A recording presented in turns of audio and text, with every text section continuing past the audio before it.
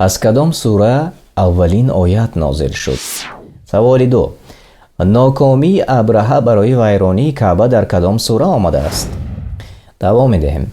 یکی از نامهای قرآن از آن وریانت هایی که شما میبینید، النجم، الفتح، الزاریات و یا الذکر، کدامش درست است؟ و سوال 4. مرگ بر آدمی باد که چی است؟ نه فرمان است، نه عدالت است، نه شکر است و یا به صبر است. کدامش درست است؟ جای نقطه را پر کنیم. گفتیم که برنامه ما غیر از آن که شوق آور است، غیر از آن که خودتان اشتراک میکنید در آن، غیر از آن که خودتان کوشش میکنید حرفهای رنگهای درست را زیر کنید، پند است. میپندارد که داراییش در دنیا جاویدانه اش میدارد. از کدام سوره گرفته شده است؟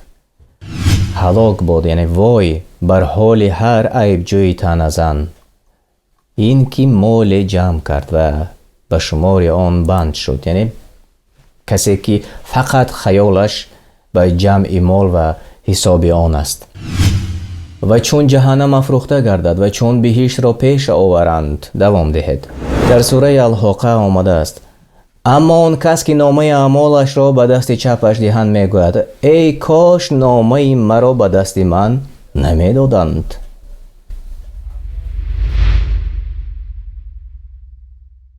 به نام الله بخشاینده مهربان. السلام علیکم و رحمت الله و برکاته. تماشابینان عزیز، مخلصان شبکه دانش و سنجش، هر یک شما را خوش آمدید میگویم.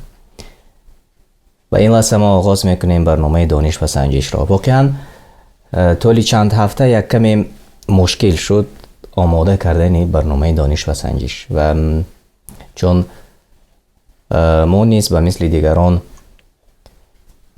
همکار میکنیم، یعنی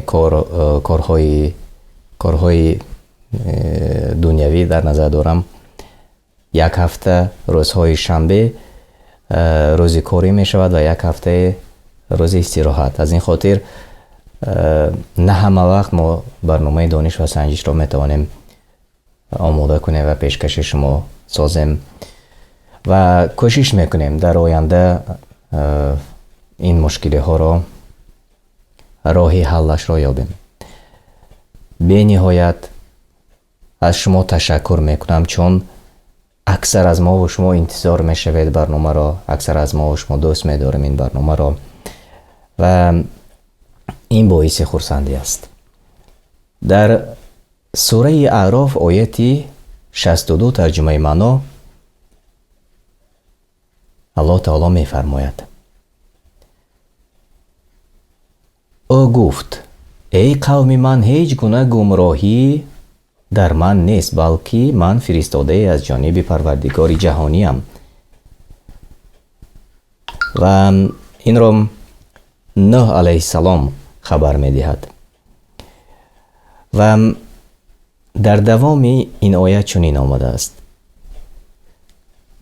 پیام های پروردگارم را به شما می رسانم و شما را پند می دهم و از الله شریعتی را می دانم که شما آن را نمی دانید. و این را نوح علیه السلام به قوم خود می رساند، این گونه گفته ها را.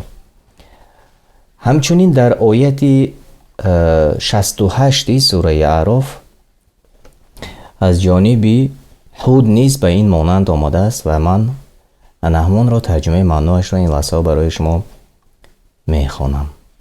گفت ای قوم من، هیچ گونه نادانی در من نیست، بلکه من فرستاده از جانب پروردگار جهانیان هستم. و در دوامش آمده است: پیام های پروردگارم را به شما می رسانم و خیرخواهم و امینم برای شما. در دوام آن گفته هایی که نوکک ما و شما گفته گذاشتیم، آیت های قرآن کریم و ترجمه معنای سوره اعراف آیت 62 و 68، باز یک چیز دیگر را علاوه کردن می خواهم درباره همین پند و نصیحت و خیرخواهی. چون ما و شما اینجا هستیم میخواهیم به همدیگر پند بگوییم و خیر میخواهیم به همدیگر. و بارها ما تاکید کردیم و تکرار گفتیم که پیامبران تنها یک رسالت داشتند، پیامی الله تعالی را برای ما و شما رسانیدند. و امروز اهل علم، آنهایی که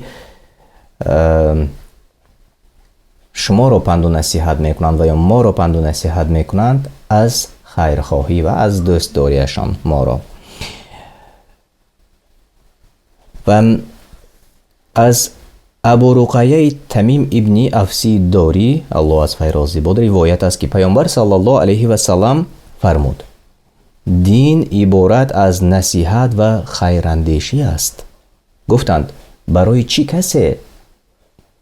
فرمود برای الله و برای کتابش و برای رسولش و برای رهبران مسلمان ها و برای همه مسلمین. یعنی دین عبارت از نصیحت و خیراندیشی بوده است. و در جای دیگر از انس الله از وی راضی باد روایت است که پیامبر الله صلی الله علیه و سلم فرمود: کسی از شما مؤمن شمرده نمی شود تا اینکه دوست داشته باشد برای برادرش آنچه را که برای خودش دوست می دارد. از این خاطر تماشابینان عزیز، اگر شما برای خودتان همین برنامه ما را دوست دارید، برای دوستانتان، برای نزدیکانتان روان کنید تا آنها نیز داخل به برنامه شوند. و واقعا حدیث و در حدیث به نهایت سبک و فهما و روان گفته شده است. پیامبر الله صلی الله علیه و سلم گفتند: هر کی از شما مؤمن شمرده نمی شود تا اینکه دوست داشته باشد برای برادرش آنچه را که برای خودش دوست می دارد. از این خاطر خب کوشش کنید که هر چیزی را که برای خودتان دوست می دارید آن را بدون یک بخل و یا کینه در دل و دیگران نیز دوست دارید، تا که یک خصلت بهترین را داشته باشیم و خصلت مؤمن را داشته باشیم. و تماشابینان عزیز، این لحظه ها من برای شما روی اکران را نشان میدهم. شما میتوانید داخل شوید به بازی گیم پین 647 84 25. هر کسی میخواهد در بازی دانش و سنجش اشتراک کند، مرحمت داخل شوید. و امروز ما از استفاده آیات های قرآن کریم برنامه آماده کردیم و کوشش میکنیم که برنامه جالب و خاطرمان باشد و همچنین فایده برای ما بیارد، چون پر از پند است، پر از خیراندیشی در داخل برنامه است. از این خاطر مرحمت پیوست شوید، مرحمت آنهایی که آبونه نشده‌اند به شبکه دانش و سنجش آبونه شوید. برنامه ما این لحظه مستقیم است، شما هر جایی که ما را تماشا میکنید مستقیم تماشا میکنید. و اونهایی که در شبکه یک بار دیگر یادرس میشوم، شبکه قرآن دستور عملی انسان هستید، به شبکه اصلی ما با دانش و سنجش آبونه شوید، پیوست شوید. آنجا مستقیم ما را میتوانید تماشا کنید، چون در شبکه قرآن دستور عملی انسان تنها نسخه برنامه رفته ایستاده است.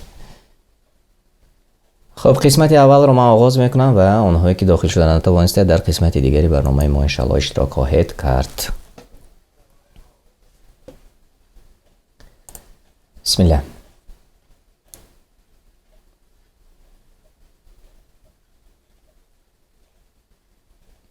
از کدام سوره اولین آیت نازل شد؟ از سوره فاتحه، سوره علق، عبسه و یا بقره؟ کدام جواب درست است؟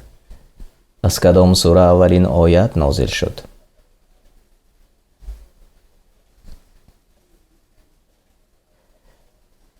خب از جانب مصطفی جواب درست آمده رسید. طیب صالح، عمر اکبر درست گفتید، علی اکبر درست گفتید و 8 نفر در داخل برنامه ما جوابهای درست گفتند. بله واقعا چنین است. سوره علق و این سوره 96 است و در ترجمه معنا چنین آمده است: ای پیامبر بخوان به نام پروردگارت که هستی را آفرید، آدمی را از پاره خونی بسته آفریده است. و چنین باز دوام دارد. جوابهای درست از جانب 8 نفر آماده رسید. من شما را تبریک میکنم. بیایید ببینیم که ها به پیش برآمدند.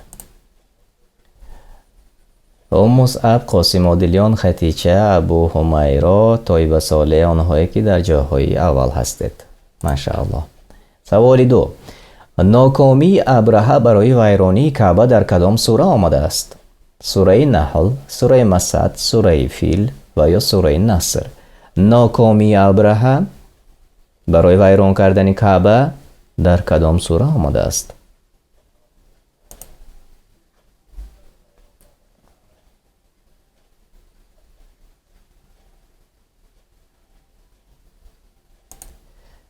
خیلی خوب. چت ما فعال است و قریب همه جوابهای درست نوشته کردند. بله. سوره فیل. و در ترجمه معنا چنین آمده است: ای پیامبر، آیا ندانستی که پروردگارت با اصحاب فیل چی کرد؟ آنهایی که میخواستند خانه کعبه را ویران کنند. یعنی ابرهه حبشی و عسکرانش. آیا مکرشان را باطل نساخت و بر سر آنها پرندگان گروه فرستاد تا آنها را با سیجیل سنگ باران کردند. سنگ و گیل، سیجیل گفته، سنگ و گیل را می گفتند. و چون این دوام دارد و من میبینم که 8 نفر جوابهای درست گفتند. اینک که ها در جای اول: مصعب، ابو حمیرا، طیبه صالح، قاسم عادلیان و حارثه، آنهایی که در جایهای اول هستید. ماشاءالله. دوام میدهیم. یکی از نامهای قرآن از آن وریانت هایی که شما میبینید: النجم، الفتح، الزاریات و یا الذکر، کدامش درست است؟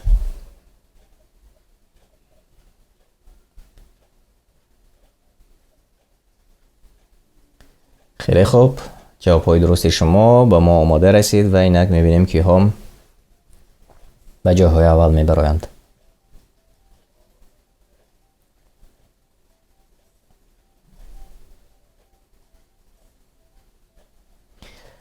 خیلی خوب. واقعا سوال آسان بود تماشابینان عزیز، اما جواب ها نه اونقدر جواب های درست از جانب شما آماده رسید و بیایید اکنون میبینیم که جای عوض کنی چگونه می شود. از ذکر جواب درست. یکی از نام های قرآن از ذکر بود و همگی 3 نفر جواب درست گفتند و این لحظه بیایید اکنون ما جای عوض کنی را یک جای با شما نگاه میکنیم. مصعب، قاسم عادلیان، ابو حمیرا، طیبه صالح، آیت الله، آنهایی که در جاهای نمایان هستند. ماشاءالله. خیلی خوب. با سوال 4. مرگ بر آدمی باد که چی است؟ نافرمان است، ناعدالت است، ناشکر است و یا بی صبر است. کدامش درست است؟ جای نقطه را پر کنید. مرگ بر آدمی باد یا اینکه لعنت بر آدمی باد که چی؟ نافرمان است، ناعدالت است، ناشکر است، بی صبر است. از سوره عبسه، از استفاده سوره عبسه. جواب های شما، وریانت های شما. بله، همگی 2 نفر جوابی درست گفتند. ناشکر است. و بیایید انامین آیت را دیده میگذاریم، چون گفتیم که برنامه ما غیر از آن که شوق آور است، غیر از آن که خودتان اشتراک میکنید در آن، غیر از آن که خودتان کوشش میکنید حرفهای رنگهای درست را زیر کنید، پند است و خیرخواهی و خیر اندیشی است نسبت به همدیگرمون. بیایید اکنون میخونیم چی آمده است در ترجمه معنای سوره عبسه آیت رقم 17. لعنت و عذاب بر انسان کافر که چی ناشکر است. این ترجمه معنا بود. و یا در ترجمه دیگر: مرگ بر انسانی کافری که چی قدر ناسپاس یا ناشکر است. و جواب درست ناشکر است. اینک بیایید ببینیم که جاها چگونه عوض شده باشد. کی به پیش برآمد؟ مصعب آیت الله قاسم دلیان عبدالرحمن و ابو حمیرا، آنهایی که در جاهای نمایان هستید. آیت الله پیغمبر سه سوال های ما جوابهای درست گفتید. بیایید دوام میدهیم. میپندارد که داراییش در دنیا جاویدانه‌اش می‌دارد. از کدام سوره گرفته شده است؟ همزه، قاریه، عصر و یا فیل. میپندارد که داراییش در دنیا جاویدانه‌اش می‌دارد. یعنی آنهایی که بای هستند، آنهایی که قدرتمند هستند، میپندارند که جاویدان داراییشان میماند در دنیا. یعنی این سخنها در آیات‌های قرآن آمده رسیده است. در کدام سوره؟ 30 ثانیه وقت داریم و جواب‌های شما آمده رسید به ما. بله، همگی 3 نفر جواب‌های درست گفتن سوره همزه. و بیایید چند آیتی همین سوره رو یک جای با شما میخوانیم. ترجمه معنا را.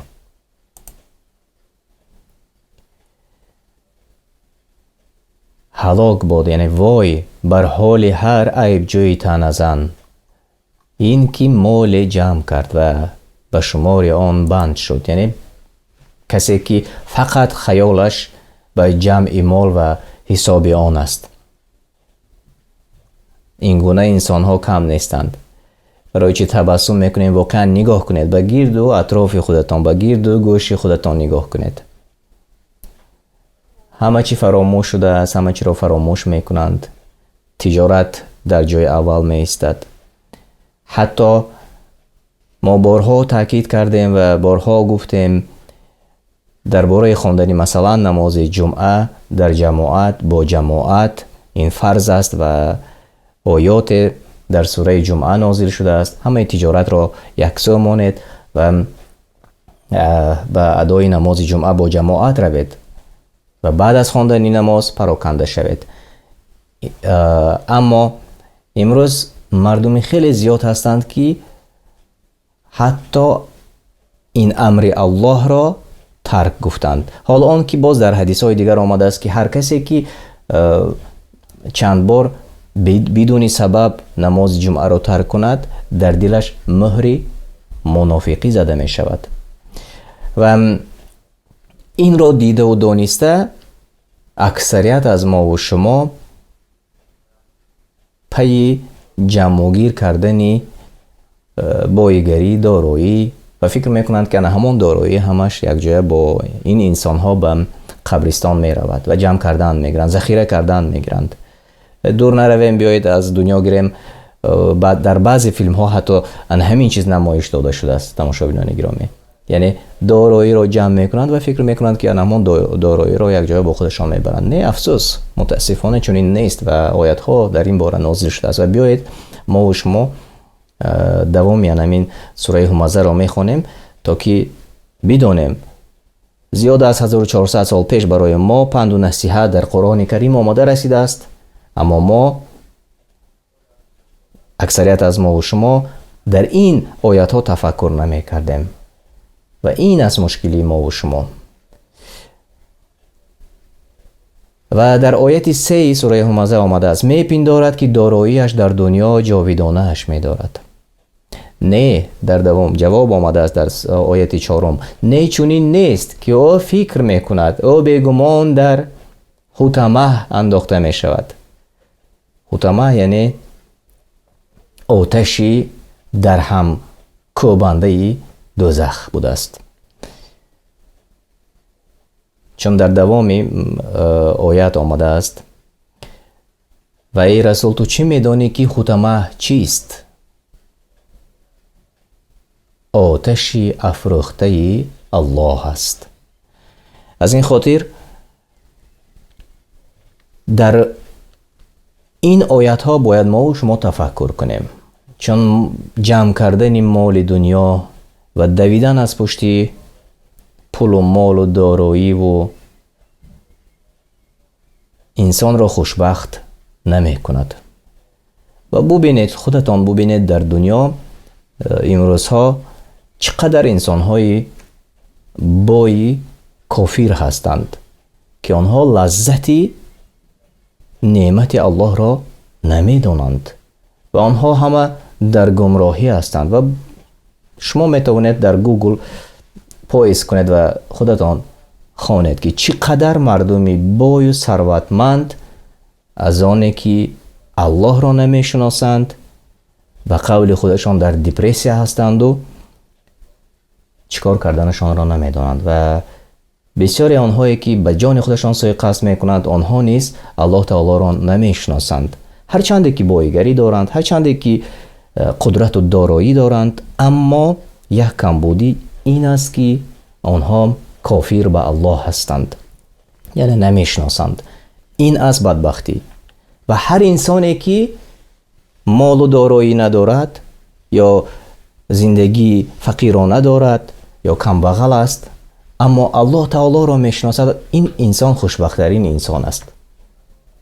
چون بایگری این دنیا و دنیا در او دیده می شود و آن کمبودی هایی که بای ها و ثروتمند هایی که به خدایند، آن کمبودی را الحمدلله این کمبغل ندارد و با امید اجر الله تعالی که در آخرت برایشان آماده کرده است عبادتش را زیاد می کند و دیگران را نصیحت و پند می گوید.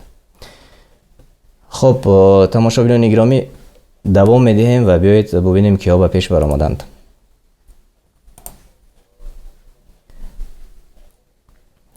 مصعب، آیت الله، ابو حمیره، قاسم عادلیان، عبدالرحمن، آنهایی که در جایهای اول هستید.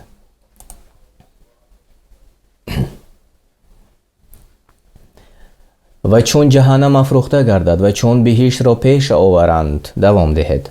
هر کس بداند که چی آماده کرده است، همه روح‌ها به جوابگری میکشند. قیامت سر میزند، بارانی مرگبار میریزد. کدامش درست است؟ و چون جهنم افروخته گردد، یعنی جهنم آورده شود، و چون بهشت را پیش آورند، دوامش چی است؟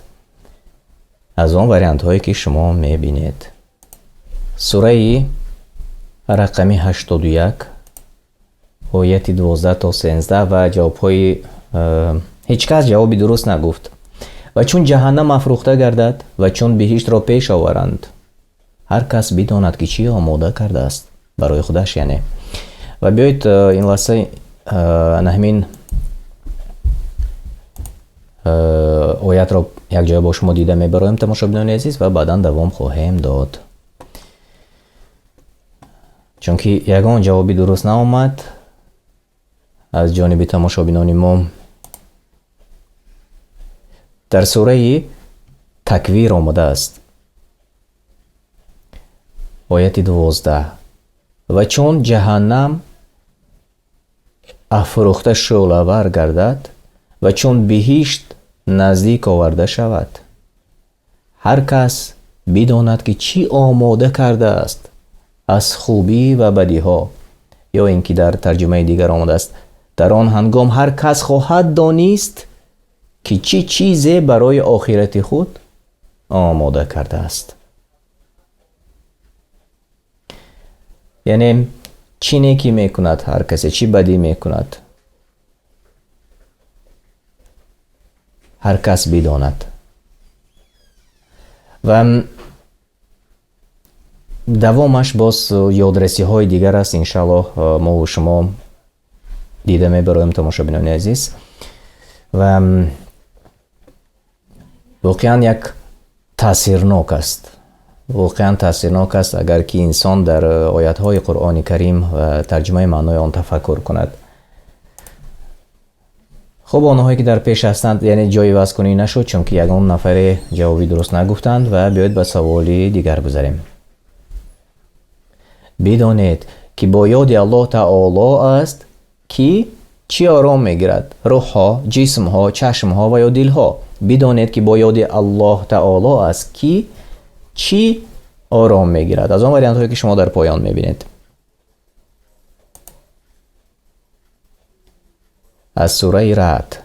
اینک جوابهای شما و بله دلها آرام میگیرد. میبینم که همگی 4 نفر جوابهای درست گفتند.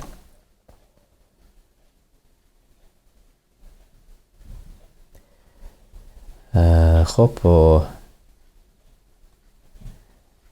بدانید که با یاد الله تعالی است که دلها آرام میگیرد.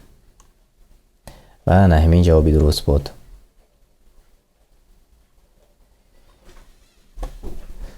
خب تماشابینان گرامی، بیایید میبینیم که ها به پیش بر آمدند و که ها در جایهای اول هستند و بعدا انشاءالله باز قسمتی دیگری برنامه را یک جای با شما دوام خواهیم داد. و آنهایی که داخل نشدند شما نیز میتوانید به برنامه داخل شوید تا که توانید در برنامه ما اشتراک کنید. خب من قسمتی دیگری برنامه رو این لحظه ها آماده میکنم برای شما.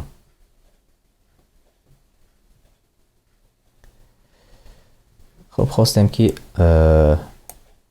همین ترجمه معنا رو برای شما خوانیم تا که باز هم پرتر شود برنامه ما. در سوره رعد آیت 28 چنین آمده است: آنان که به یگانگی الله تعالی ایمان آوردند و دلهایشان با یاد او تعالی است آرامش می‌یابد. آگاه باشید که دلها با یاد الله آرامش می‌یابد. یعنی با خواندن قرآن کریم دلها آرامش می‌یابد. و خودتون ببینید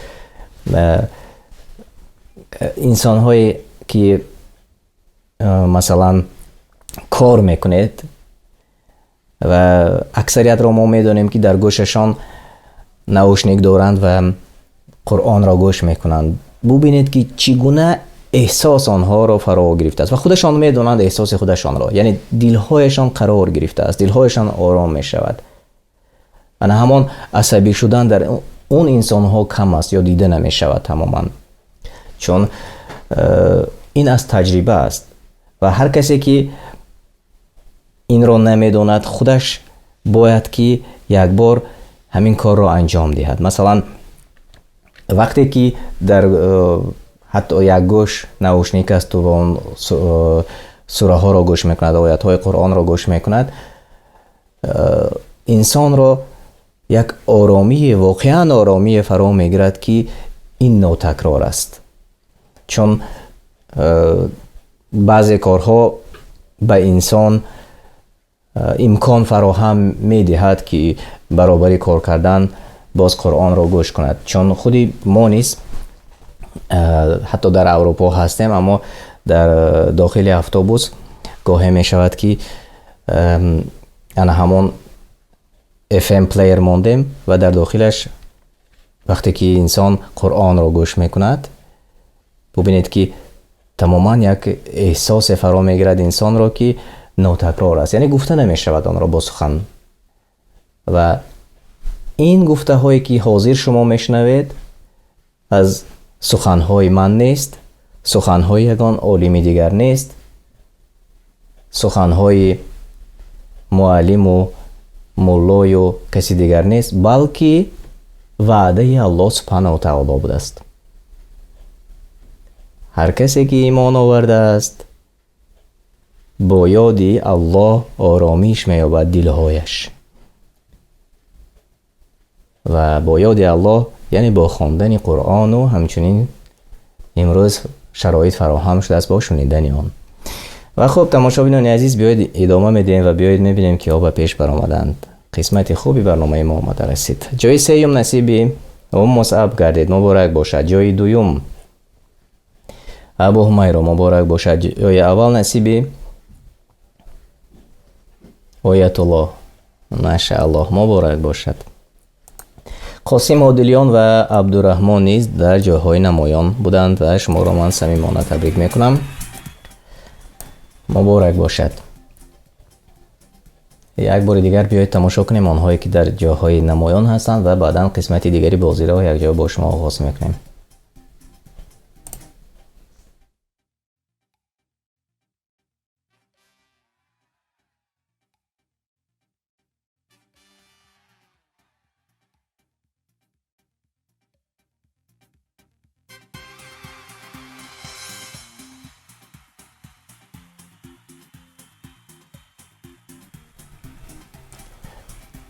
یک بار دیگر مبارک باشد تماشابینان گرامی. غالبیت را برای شما تبریک میگم و لایک مونید زیر نوار. آنهایی که این لحظه لایک نماندید و فراموش کردید، نوار را به دیگران به دوستانتان فرستید تا که آنها نیز با خبر باشند، آنها نیز در برنامه ما اشتراک کنند. و بیایید من قسمت دیگری برنامه را این لحظه پیشکش شما میگردونم تا که ما و شما توانیم در قسمت دیگری برنامه اشتراک داشته باشیم. خب مرحمت داخل میشویم قسمت دیگری برنامه و گیم پین را شما روی اکران این لحظه ها میبینید. 669 75 19 داخل شوید.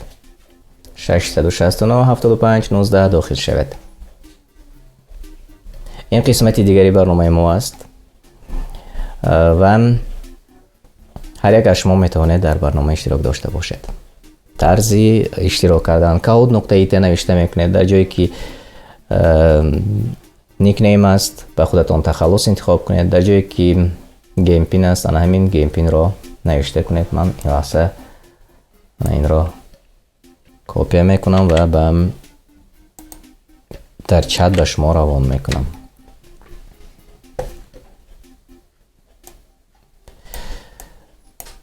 داخل شوید تماشابینان گرامی و بیایید.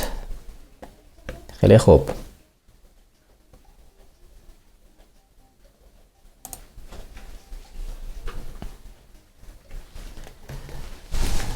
آنهایی که در شبکه قرآن دستور عمل انسان ما را تماشا میکنید، مرحمت به شبکه اصلی به شبکه دانش و سنجش گذارید و در شبکه دانش و سنجش میتوانید برنامه را پورا تماشا کنید. چون میبینم که بسیاری ها در شبکه قرآن دستور عمل انسان هستند اما اونجا فقط نسخه برنامه است.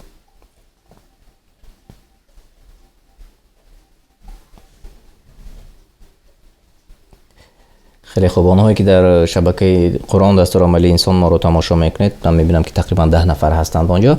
به شبکه اصلی به شبکه دانش و سنجش گذارید چون ما میتوانید در شبکه دانش و سنجش در برنامه اشتراک داشته باشید.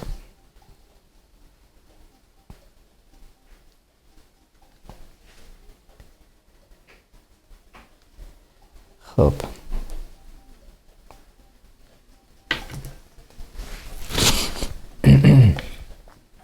خیلی خوب و بیایید قسمت دیگر رو نیز آغاز میکنیم.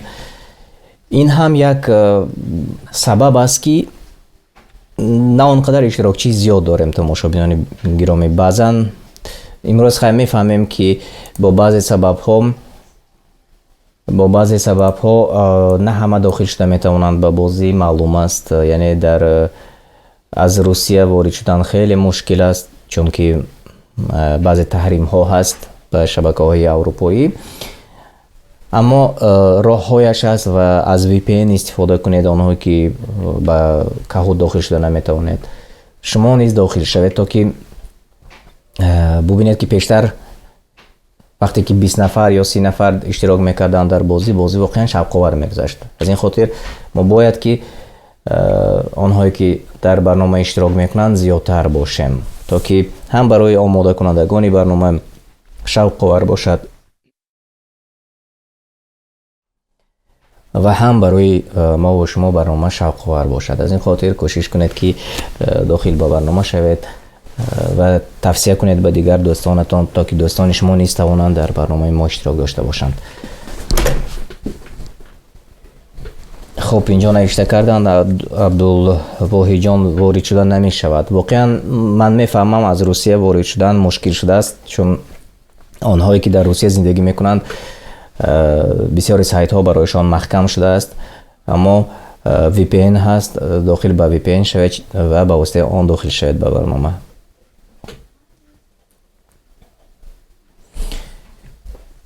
خب بیایید قسمتی دیگر را این لحظه آماده هستیم که آغاز کنیم.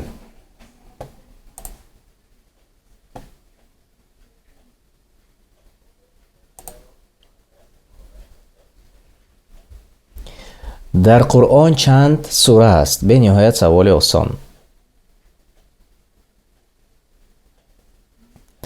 116 114 120 و یا 200 کدامش درست است؟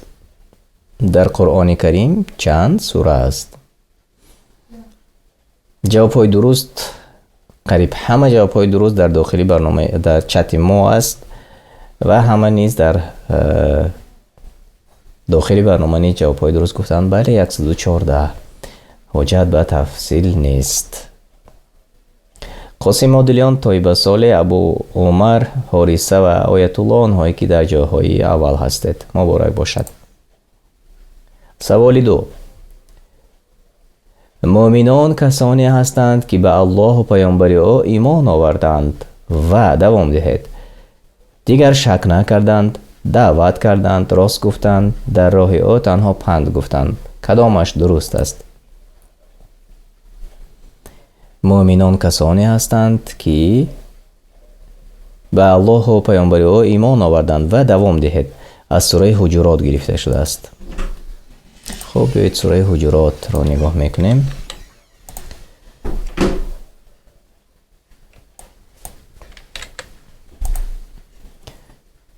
بله، دیگر شک نکردند. جواب درست این بود تماشابینان عزیز. و بیایید ترجمه معنا را نگاه میکنیم.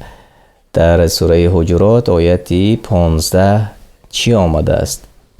مؤمنانی حقیقی کسانی هستند که به الله تعالی و پیامبرش ایمان آوردند و لحظه در ایمانشان تردید نکردند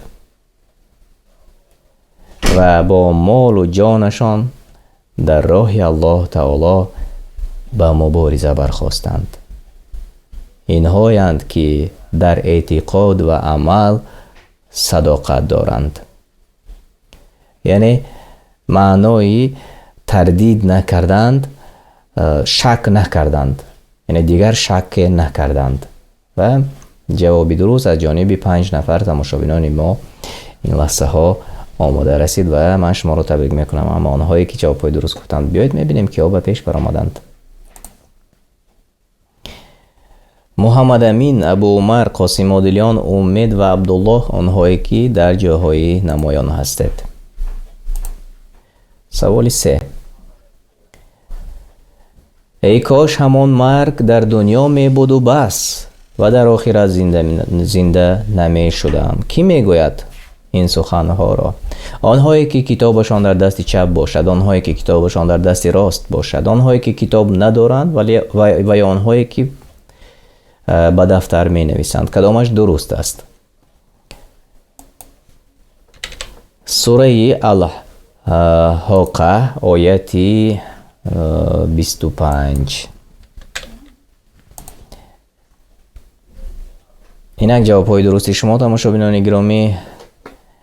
بله 11 نفر جواب های درست گفتند. آنهایی که کتابشان در دست چپ باشد میگویند ای کاش همان مرگ در دنیا می بود و بس. یعنی این مرگی که ما و شما و بسیاری از ما و شما و علل خصوص کافران می ترسند. از آن مرگی که ناگهان می آید می ترسند. یعنی از همه چیزی که وحشتناکترین است برای غیر مسلمان این مرگ است. یعنی از این میترسند. دردی است و آن دردی را میگویند که پیش از مرگ انسان آن یک درد میچشد که به نهایت مشکل و به نهایت سخت است.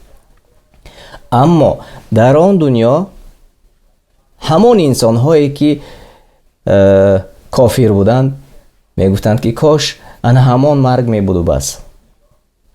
مرگی که در دنیا و دیگر بار زنده نمی شدم. از این برمی آید که عذابی سخت‌ترین آماده بوده است و آماده شده است برای کافران در دنیای دیگر. و برای آنهایی که ایمان آوردند، برای آنهایی که اعتقاد دارند ما یادرس می شویم. در سوره الحاقه آمده است اما آن کس که نامه اعمالش را به دست چپش دهند میگوید ای کاش نامه مرا به دست من نمیدادند و ندانسته بودم که حساب من چیست و یا نمیدانستم که حسابم چیست. ای کاش همان مرگ در دنیا می بود و و بس در آخرت زنده نمی شدم. دارایی من که در دنیا جمع نموده بودم مرا سود نبخشید. به خاطر بیارید قسمت اولی برنامه ما را. ما درباره قدرتمندان، درباره آنهایی که دارایی و مال در این دنیا جمع میکنند، خسیسانه، ممسکانه با همدیگر جنگ میکنند از پشت مال دنیا و چیز دنیا، رقابت های زیاد میکنند از پشت مال دنیا و چیز دنیا و قدرت. وای بر حال آنهایی که الله تعالی را فراموش کردند. وای بر حال آنهایی که تنها با جمع آوری مال و با تلاش قدرت مبارزه ها در این دنیا میبرند. فراموش کردند که در آن دنیا چی انتظار است آنها را. چون که همین انسان هایی که از پس مال دنیا و تجارت دنیا و قدرتی که در این دنیا است از پشتش دویدند و سرشان را سجده نکردند. فراموش کردند که امر الله تعالی است که 5 بار در یک روز نماز باید بخوانند. نه، وقتی نماز است اما کار در جای اول است. وقتی نماز جمعه است اما مال دنیا در جای اول است. وای بر حال این گونه انسان ها. چون وعده الله تعالی است و از این پیش در قسمت دیگری برنامه ما گفته گذاشتیم که چگونه جهنم برای این گونه انسان ها، برای کافران آماده شده است، چگونه سخت است عذاب آن. و در این سوره که نوکک ترجمه من را شما شنیدید، الله تعالی وعده کرده است و همان کافران میگویند که ای کاش مرگ این دنیا می بود و بس و آن دنیا را عذابش را نمیدیدیم. و واقعا سخت است تماشابینان عزیز. باید ما و شما تفکر کنیم. باید ما و شما از همین لحظه، از این لحظه ای که شنیدیم، گوشهایمان شنید اگر کر نباشد، چشمانمان دید اگر کر نباشیم، باید که تفکر کنیم در این آیات های قرآنی کریم. و در دوام همین آیات گفته شده است قدرت من از دست من برفت. کی میگوید؟ همون کافران میگویند که قدرت در این دنیا داشتند، مال و پول و چیز در این دنیا داشتند، همش از دستشان رفت. یعنی با خودشان گرفته برده نتوانستند. و در آخرت و روز قیامت هیچ کس، هیچ چیز، هیچ مال، هیچ قدرتی که در این دنیا داشتند برایشان یاردم کرده نمیتواند. و خب ما دوام میدهیم و بیایید ببینیم کیا به پیش برآمدند و به سوال دیگر نیز میگذاریم. سوال رقم 4. بگیریدش زنجیرش کنید.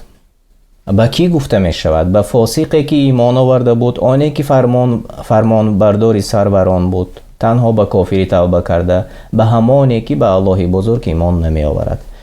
بگیریدش زنجیرش کنید. به کی گفته می شود چون این سخنها در روز قیامت؟ این در دوامی آیت هایی که نوکک ما و شما خواندیم، سوره الحاقه آیت های 30 سر می شود. بله 8 نفر جواب پای درست گفتند. به همانی که به الله بزرگ ایمان نمی آورد. کی ایمان نمی آورد؟ هر کسی که به الله کافر شد همون ایمان آورده است. و بیایید اکنون در ترجمه معنا می بینیم که چی گفته شده است. به نگهبانان دوزخ گفته می شود بگیرید و دستان او را به گردنش با زنجیر ببندید. در دوامش آمده است. و بعد از آن به جهنمش درآرید تا گرمی آن را بچشد و او را با زنجیری که درازی آن 70 ذراع است بکشید. یعنی ذراع گفته از آرنج تا انگشت را میگویند. زیرا به الله بزرگ ایمان نداشت و به گفته های او عمل نمی کرد. аллоҳ паноҳ барад. аллоҳ таоло паноҳ барад ва дуо мекунем ки мову наздикони мо аз ҳидоят ёфтагон бошем. ва аллоҳ паноҳ барад аз оне ки ягон нафаре кофир бимонад ба аллоҳу паёмбарашу ба китобҳои осмонӣ, ба фариштагону умуман аркони имон. ва аксарият ҷавобҳои дуруст гуфтед, тамошобинони азиз, ва биёед мебинем киё ба пеш баромаданд. абу умар муҳаммад амин қосими одилиёну мусаб оятуллоҳое ки дар ҷойҳои намоён ҳастед, ва ба саволи 5 биёед гузарем. аз ҳама шумораи зиёди ёдрасшуда дар қуръон кадом шумора аст? вариантҳо 70,000, 100,000, 2,000 ва ё 120,999. кадомаш дуруст аст? ва мо 30 сония вақт дорем, тамошобинони азиз.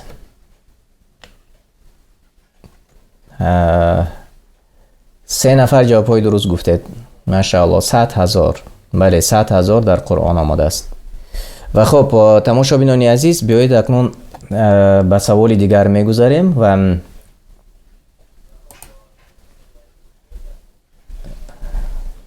абу умар муҳаммад амин қосими одилиён оятуллоҳ абдураҳмон дар ҷойҳои намоён ҳастед. саволи 6. кадом пайғамбар ба ҷамъияти 100,000 нафара фиристода шуда буд? юсуф, юнус, солеҳ, довуд алайҳимуссалом. хуб, дар бораи 100,000 мо навака гуфта гузаштем ва ин лаҳза иншааллоҳ тафсилашро ба шумо гуфта мегузарам. кадом пайғамбар ба ҷамъияти 100,000 нафара фиристода шуда буд?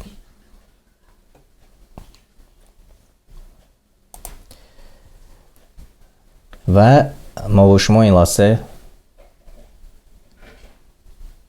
ҷавобҳои дурустро мебинем. камтаринҳо ҷавоби дуруст гуфтанд. юнус алайҳиссалом ҷавоби дуруст буд. ва биёед акнун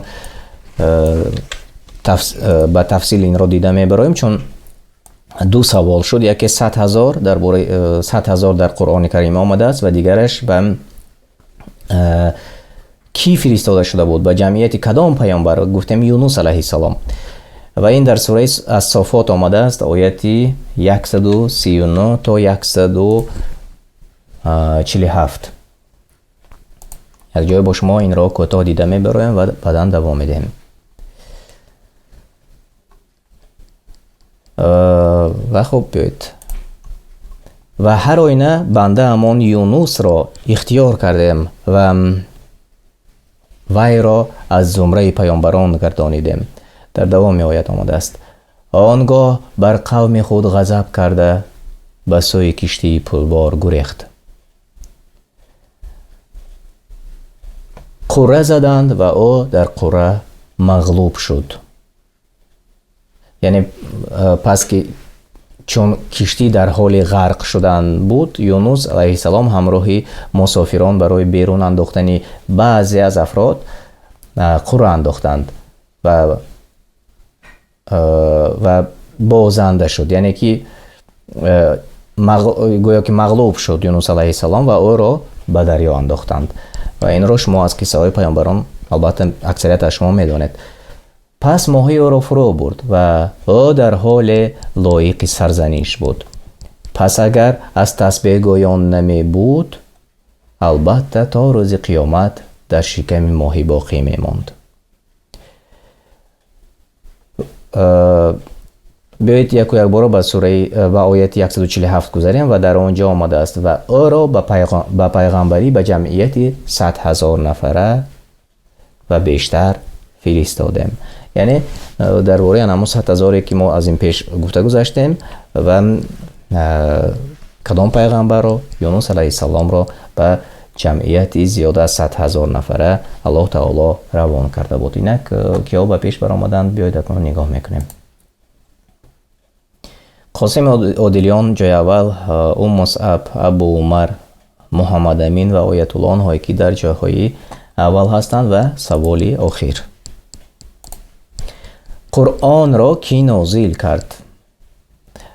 پیامبران کم کم آوردند، فرشتگان الله تعالی نمیدانم کدامش درست است. قرآن را کی نازل کرد؟ و در نهایت یک سوال عادی و آسان برای هر یک از شما بود.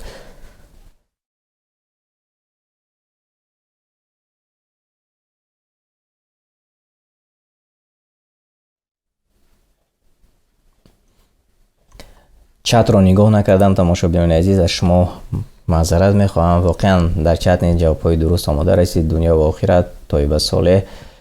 خب فرضی الله جواب‌های درست گفتید. بله. و 9 نفر همگی جواب‌های درست گفتند. بله، الله تعالی قرآن را نازل کرد به واسطه فرشتگان و به پیامبران و به پیامبر صلی الله علیه و سلم. همچنین دیگر کتاب‌های آسمانی نیز به پیامبران فرستاده شده بود و فرشتگان می‌رساندند، جبرئیل علیه السلام. و این جوابی درست بود و واقعا جای خوبی برنامه ما آماده رسید. تماشاگران عزیز، بیایید اکنون می‌بینیم که ها به پیش برآمدند و جاهای نمایان را سزاوار شدند. جای سوم ابو عمر مبارک باشد.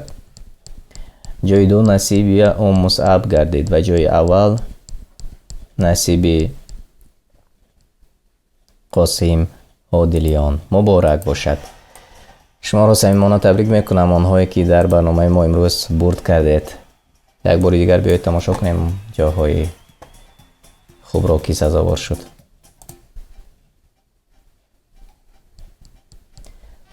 ابو عمر جای سوم، مصعب جای دو، قاسم عادلیان مبارک باشد جای اول. همچنین محمد امین و آیت الله نیز در جاهای نمایان بودید. من شما را نیز تبریک میکنم.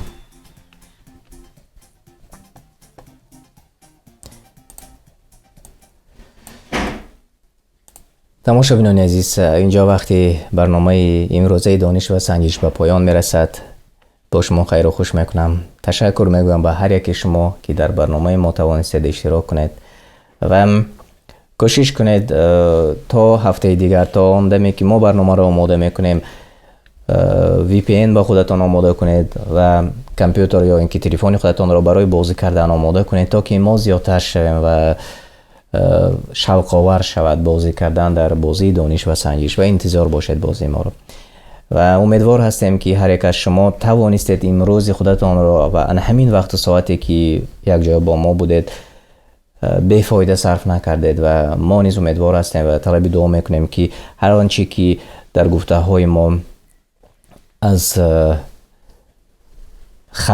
خیر بود و فایده آورد، چون که در اول آغاز برنامه گفته گذاشتیم که ما هر آن چیزی که به خودمان دوست می‌داریم آن را به برادرانمان دوست می‌داریم و این صفتی مؤمن است. و انشاءالله باز روزهای نزدیک برنامه آماده میکنیم و پیشکش شما خواهیم کرد. خودتان را و اطرافیانتان را احتیاط کنید. الله تعالی شما را حفظ کند و در پناهش نگه دارد. السلام علیکم و رحمت الله و برکاته.